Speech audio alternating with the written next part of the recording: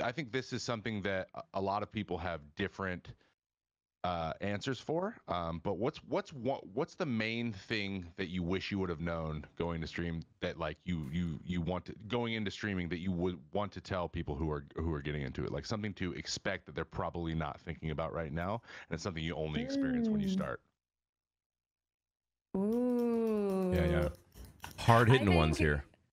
I like it. That's a great question. I think the biggest advice that I give to people is just to recognize like the biggest blessing and the biggest curse of streaming, in my opinion, which is you can stream as much as you want or as little as you want. And in traditional society, we don't really have the ability to just like work as much as we want and like really see results from that. A lot of people are still locked in the 9 to 5, where when it's 5 o'clock and you get to go home, you can only do so much, be so much, like you're clocked out, you're done, go to bed. But with streaming, like for the first time, the more you stream, the more you're rewarded for it. And there's like this hamster wheel that gets created around the idea that you lose momentum if you take a break, etc.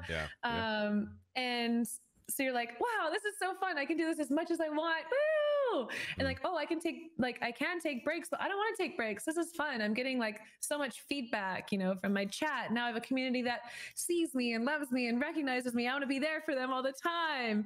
And then ultimately that can lead to huge, I'm sure like you guys have all experienced this, but like huge depletion, huge breakdowns, just like, and a lot of people just end up dissociating. And I think you could see that in a lot of streamers you watch, where it's just like, this is just, they just play. So yeah, I think it was just recognizing that when you're starting to fall into that, take a step back. And I know that we're going to lead into that question because I just looked over at the thing, but make sure to get outside.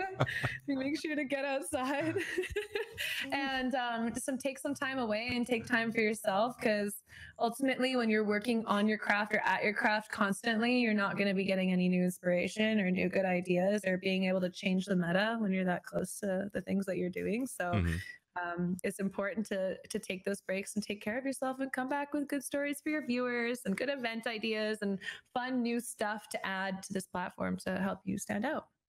Awesome. Wow, that is a phenomenal answer, and very, very, very, very relevant to, like you said, to something else we're gonna hit on later in the show. But that was great. It's something that I personally wanted advice on to begin to be honest, and and you reinforced something that I had a conclusion that I was already starting to come to, because without the season, like I my first reaction was, well, now I get to stream a lot, right, and as much as I want. As much as I want. Of course, I'm married, and my wife is also in the house with me all day, and so I don't want to like. No. Oh, I'm sorry, babe. I'm streaming till 11 p.m. tonight. I'll see you when we go to bed. Like that's not any way to live your life. Exactly. And so sometimes it'll be 11 o'clock and you got a raid. Oh my gosh. Yay, yeah. Now I gotta stay online. Oh, sorry, my dog's hungry. The dog's totally fine. He's excited too, man. Yeah, it's awesome. No, that you did say to invite her on the show, so yeah, she's here. Oh, she perfect. Yeah. It's true. Like the first week of quarantine, I burned myself out. I was like, after 1 week, I was like, that was a mistake. I should not have done that. Do it. Yeah. Like I just streamed for like 10 hours, 9 hours every single stream. I was like, this is awful. It's not good. But, yeah.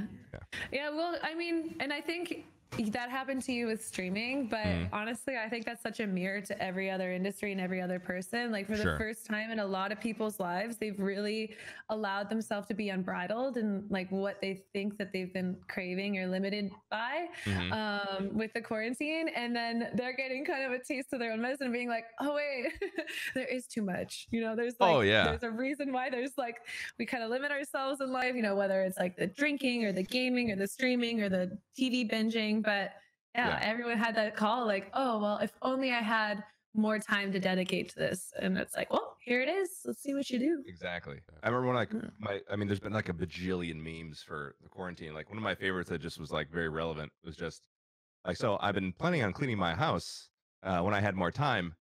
And turns out I have more time, and that wasn't the reason I wasn't cleaning my house. Like,